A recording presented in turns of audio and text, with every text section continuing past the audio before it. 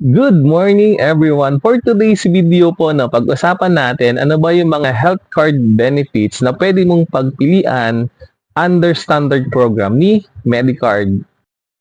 Under standard program po na meron pong 4 room categories na pwede nating pagpilian. Meron po tayong ward na meron pong maximum benefit limit na 50,000 pesos. Under semi-private po, meron din pong 60,000 pesos maximum benefit limit. And another semi-private with 100,000 pesos maximum benefit limit. At yung huli po, meron din pong small private na meron pong maximum benefit limit na 120,000 pesos.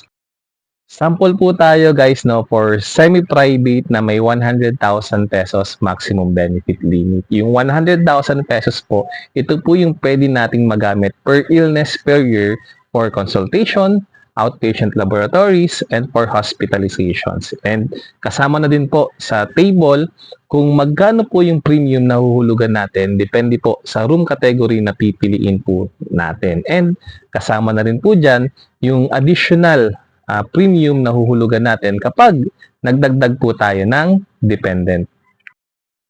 Under semi-private with 100,000 pesos maximum benefit limit and small private with 120,000 maximum benefit limit, meron po itong access sa 5 major hospitals except po kay St. Luke's in BGC. Additional benefit of standard program with Medicard, meron po itong annual physical exam benefit na ma-avail po natin. Ito po ay ilan lamang sa mga basic benefits na meron po tayo under standard program of Medicard. If you want to learn more about the program, simply send me a message at tutulungan po kita.